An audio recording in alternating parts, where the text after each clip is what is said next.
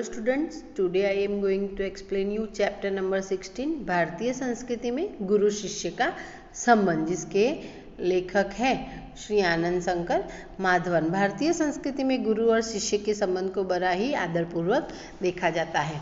श्री आनंद शंकर माधवन का जन्म केरल उत्तर प्रदेश के क्विलन जिले में हुआ था। डॉक्टर जाकिर हुसैन के संपर्क में आने से हिंदू मुस्लिम के मधुर संबंधों के पक्षधर बन गए। महात्मा गांधी के भारत छोड़ो आंदोलन में भी माधवन जी का सक्रिय सहभाग रहा। जेल में रहकर हिंदी भाषा का अध्ययन किया। जेल से छूटकर आप भारत भ्रमण को निकल पड़े और बाद में बिहार में मंदार विद्यापीठ की स्थापना की। सन 1984 में अद्वैत मिशन और 1985 में सिवधाम अभिनव शिक्षा नगरी की स्थापना की। अब आप तीनों संस्थाओं के संचालक हैं। मलयालम तथा तमिल दोनों ही भाषाओं पर पूर्ण अधिकार होने के बावजूद आपने हिंदी साहित्य में सृष्टि की। आपके विषयों में दार्शनिकता, आधुनिकता एवं आध्यात्मिकता का बाहुल्य है। बिखरे हीरे, अनल शलाका, हिंदी आंदोलन, आमंत्रित मेहमान, आरती, उषा, संजीवनी आदि आपकी प्रमुख रचनाएं हैं। आमंत्रित मेहमान बिहार राष्ट्र भाषा परिषद द्वारा पुरस्कृत है। माधवन जी ने प्राचीन गुरु शिष्य परंपरा की गरिमा को स्पष्ट करते हुए वर्तमान शिक्षा प्रणाली पर परोक्ष रूप से करारा व्यंग किया है। हमारे समाज में व्यावसायिक संस्कृत का बोलबाला है। इस कारण गुरु शिष्य संबंधों में परिवर्तन आया है। पहले विद्यालय मंदिर के समान माने जाते थे। शिक्षा देना एक आध्यात्मिक अनुष्ठान था, पर वह परम सुख की प्राप्ति का एक माध्यम था। उस जमाने में पैसे देकर शिक्षा खरीदी नहीं जाती थी। क्या आज वैसी स्थिति है? क्या आज शिक्षा के वही निष्ठा, वही त्याग नजर आता है? लेखक ने हमें अंतर्मुख होकर सोचने के लिए बाध्य किया है। हमारे समाज में व्यावसायिक संस्कृति का बोलबाला है। इसी कारण गुरु शिष्य के संबंधों में परिवर्तन आया है। पहले विद्यालय मंदिर के समान माने जाते थे। शिक्षा देना एक आध्यात्मिक अनुष्ठान माना जाता था। लेखक हमारे कहते हैं कि हमारे देश में जो गुरु और शिष्य का संबंध है वो बड़ा ही धार्मिक और महत्वपूर्ण होता है।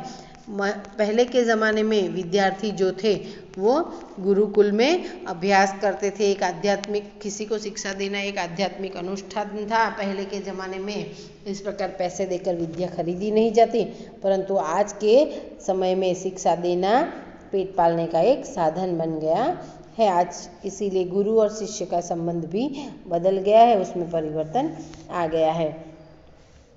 जिसे भारतीय संस्कृति कहा जाना चाहिए वह आज भारतीय मानसिक क्षितिज में क्रियाशील नहीं है। आज एक प्रकार की अव्यवस्थित व्यावसायिक संस्कृति व्याप्त है, जिसकी जड़ शायद यूरोप में है। लेखक कहते हैं कि आज की जो शिक्षा प्रणाली है उसकी जड़ यूरोप में है। भारतीयों के सार्वजनिक व्यवहार में गुरु शिष्य संबंध का भी तदनुरूप परिवर्तन हो गया है और इसी के अकॉर्डिंग या उसी के अनुसार गुरु और शिष्य के संबंध में भी बहुत बड़ा परिवर्तन आया है। यहाँ गुरु वेतनभोगी नहीं होते थे, मतलब कि भारत में पहले पैसे देकर शिक्षा नहीं खरीदी जाती थी। गुरु को वेतन नहीं मिलता था और न ही शिष्य को ही शुल्क देना पड़ता था। पैसे देकर विद्या खरीदने की यह क्रय विक्रय पद्धति निस्संदेह उस भारतीय मिट्टी की उपज नहीं है। मतलब पैसे देकर विद्या खरीदना ये हमारी भारतीय संस्कृति की उपज नहीं है। शिक्षणालय एक प्रकार के आश्रम अथवा मंदिर के समान थे। पहले के ज़माने में स्कूल या विद्या भवन, गुरुकुल एक मंदिर के समान थे। गुरु को साक्षात परमेश्वर ही समझा जाता था। शिष्य पुत्र से अधिक प्रिय होते थे, मतलब गुरु को भगवान से भी ज़्यादा महत्वपूर्ण या सम्मान मिलता था और गुरु के लिए उनके शिष्य उनके पुत्रों से भी अधिक प्रिय थे। यहाँ सम्मान मिलना ही शक्ति पाने का रहस्य है। प्राचीन काल में गुरु की शिक्षा दान क्रिया उसका आध्यात्मिक अनुष्ठान थी। परमेश्वर प्राप्ति का उनका एक माध्यम था। वह आज पेट पालने का जरिया बन गई है। जो परमेश्वर प्राप्ति का यह आध्यात्मिक अनुष्ठान माना जाता था भूतकाल में या हमारे भारतीय संस्कृति में, वो आज पेट पालने का एक जरिया बन गया है।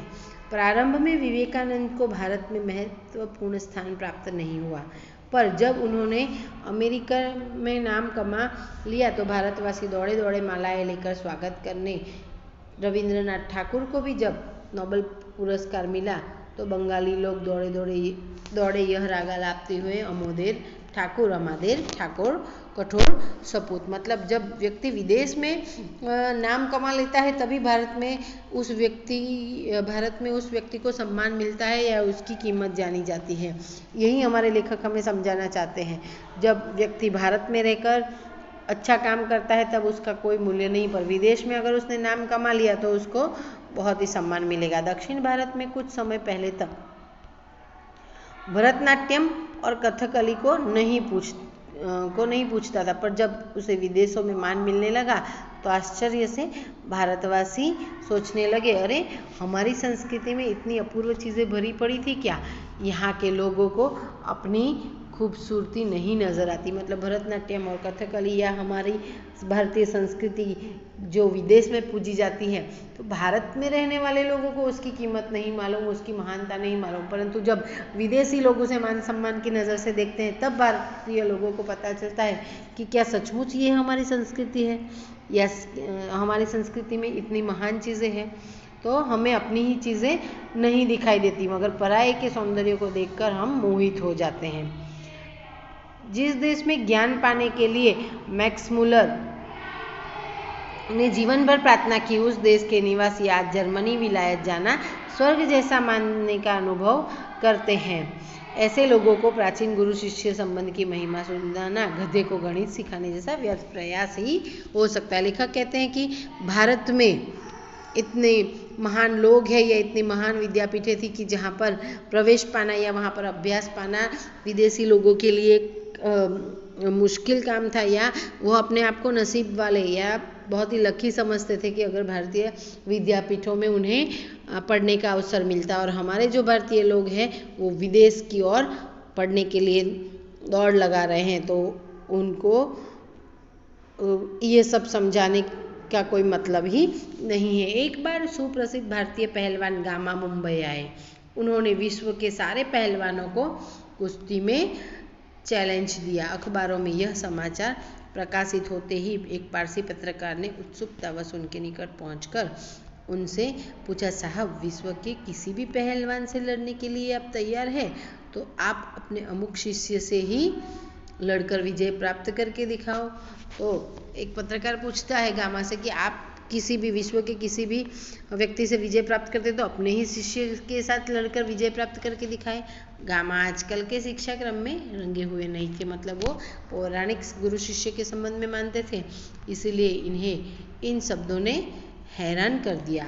आंखें फाड़कर उस पत्रकार का चेहरा ताकते ही रह गए, क्योंकि पुरानी परंपरा के अनुसार कभी कोई गुरु और शिष्य एक दूसरे की बराबरी नहीं कर सकता है।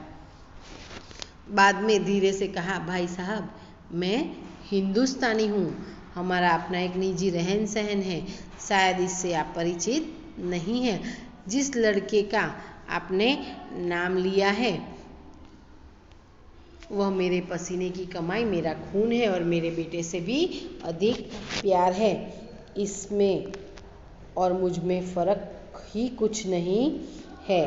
तो कहते हैं कि जिस लड़के का आपने नाम लिया है ना, वो तो मेरा शिष्य है, मेरे बेटे से भी अधिक है, उसमें और मुझ में तो कोई फ़र्क ही नहीं है। तो मैं उससे लड़कर उससे हार कर या जीत कर क्या साबित कर सकता हूँ? मैं लड़ा या वह लड़ा, दोनों बराबर ही होगा। हमारी इस परंपरा को आप समझने की चेष्टा कीजिए। हम लोगों की वंश परंपरा से शिष्य परंपरा अधिक प्रिय है। कहते हैं कि हमें अपने वंश को आगे बढ़ाने की ज़रूरत नहीं है, हमें हमारी शिष्य परंपरा अधिक है। हमारे शिष्य हमारा नाम करेंगे, ये हमारे लिए अधिक मायने रखता है। ख्याति और प्रभाव में हम सदा यह चाहते हैं कि हम अपने शिष्यों से कम प्रभावी रहें। मतलब एक गुरु हमेशा यही चाहता है कि उनका शिष्य उनसे भी आगे बढ़े, क्योंकि उनका शिष्य अगर उनसे आगे बढ़ेगा तो एक गुरु का ही नाम होगा। मुझे लगता है आप हिंदुस्तानी नहीं हैं, यानी हम यही चाहेंगे कि संसार में जितना नाम मैंने कमाया है उससे कहीं अधिक मेरे पिता कमाए। मुझे लगता है आप हिंदुस्तानी नहीं है। गामा उस पत्रकार से कहते हैं कि शायद आप हिंदुस्तानी नहीं हैं, इसीलिए हिंदुस्तानी परंपरा को नहीं जानते हैं। भारत में गुरु शिष्य संबंध का यह भव्य रूप आज साधुओं, पहलवानों और संगीतकारों में थोड़ा बहुत सही पाया जाता है। भगवान रामकृष्ण बरसों योग्य शिष्य को पाने के लिए प्रयत्न करते रहे। उनके जैसे व्यक्ति को भी उत्तम शिष्य के लिए रो रो कर प्रार्थना करनी पड़ी थी। इसे समझा जाता है कि एक गुरु के लिए एक उत्तम शिष्य कितना महंगा और महत्वपूर्ण है। संतान प्राप्ति वर्ग उन्हें दुख नहीं देता, पर बगैर शिष्य रहने के लिए वे एकदम तैयार नहीं होते। मतलब उन्हें अपने बच्चों से ज़्यादा उनके शिष्य प्यारे होते हैं। इस संबंध में भगवान ईसा का एक कथन सदा स्मरणीय है। उन्होंने कहा था, मेरे अनुयायी लोग मुझसे कहीं अधिक महान है और उनकी जूतियाँ होने की योग्यता भी मुझ में नहीं है। ये वचन भगवान यीशु ने, भगवान जीसस क्राइस्ट ने कहे थे कि मेरे जो अनुयायी हैं, मेरे फॉलोवर्स हैं, वो मुझसे कहीं ज़्यादा महान है। यही बात गांधी जी बनने की क्षमता जिसमें है, उन्हें गांधी जी अच्छे लगते हैं और वे ही उनके पीछे चलते भी हैं। विवेकानंद जिनके उन्हें पसंद आएंगे, जिनमें विवेकानंद बनने की अद्भुत शक्ति निहित होती है। मतलब विवेकानंद जी या गांधी जी तभी पसंद आएगी जब उनके गुणों से, उनकी पसंद से वो व्यक्ति परिचित है या उसके गुण अवगुणों से अच्छे लगते हैं या उसमें उस गांधी जी या विवेकानंद बनने की शक्ति है। कविता के मर्मज्ञ और रसिक स्वयं कवि के से अधिक महान होते हैं। संगीत के पागल सुनने वाले ही स्वयं संगीतकार से अधिक संगीत का रसास्वादन करते हैं। यहाँ पूज्य नहीं, पुजारी ही श्रेष्ठ है। मतलब भगवान से भी ज़्यादा उसका भक्त श्रेष्ठ होता है। यह कहना हमारे लेखक हमारे यही कहना चाहते हैं कि भगवान से भी ज़्यादा श्रेष्ठ उनका भक्त होता है। यहाँ सम्मान पाने वाला नहीं, सम्मान देने वाला महान है। स्वयं पुष्प में कुछ नहीं है, पुष्प का सौंदर्य उसे आने वाले की दृष्टि में है। वृक्ष किसी भी पुष्प की सुंदरता हमें कब दिखाई देती है? कोई पुष्प हमें सुंदर कब लगता है? जब हमारी दृष्टि में सुंदरता होती है। बाकी किसी की दृष्टि में अगर खोट है तो उन्हें गुलाब या कमल का फूल भी अच्छा नहीं लगता। तो देखने वाले की दृष्टि सुंदर होती है, तभी दुनिया सुंदर लगती है। दुनिया में कुछ नहीं है, जो कुछ भी है वो हमारी चाह में है, हमारी दृष्टि में है। यह अद्भुत भारतीय व्याख्या अजीब सी लग सकती है, पर हमारे पूर्वज सदा इसी पथ के यात्री रहे हैं। हमारे पूर्वजों ने कहा है कि देखने वाले की नज़र सुंदर होनी चाहिए, तब सृष्टि में उसे सुंदरता दिखाई देती है। कोई किसी के अंदर अच्छाई देखता है, कोई इसी के अंदर बुराई देखता है। किसी को कोई चीज़ अच्छी लगती है, किसी को कोई चीज़ बुरी लगती है, तो वो कोई उस चीज़ के अंदर खोट नहीं है, पर देखने वाली दृष्टि की खोट है। उत्तम गुरु में जाति भावना नहीं रहती। लेखक कहते हैं कि जो उत्तम गुरु होता है उसमें कोई जाति भावना नहीं रहती। वो सभी जाति के कोई भी हो, हिंदू मुस्लिम सभी शिष्य उसके लिए एक बराबर होते हैं। कितने ही मुसलमान पहलवानों के हिंदू चेले हैं और संगीतकारों के मुसलमान शिष्य रहे हैं। यहाँ परख गुण की, साधना की और प्रतिभा की होती है। भक्ति और श्रद्धा की ही कीमत है, न कि जाति संप्रदाय, आचार विचार या धर्म की। एक गुरु अपने शिष्य के अंदर उनके गुण, उसकी साधना और उसकी प्रतिभा को पहचानता है, उसके धर्म और आचार विचार की बात नहीं करता।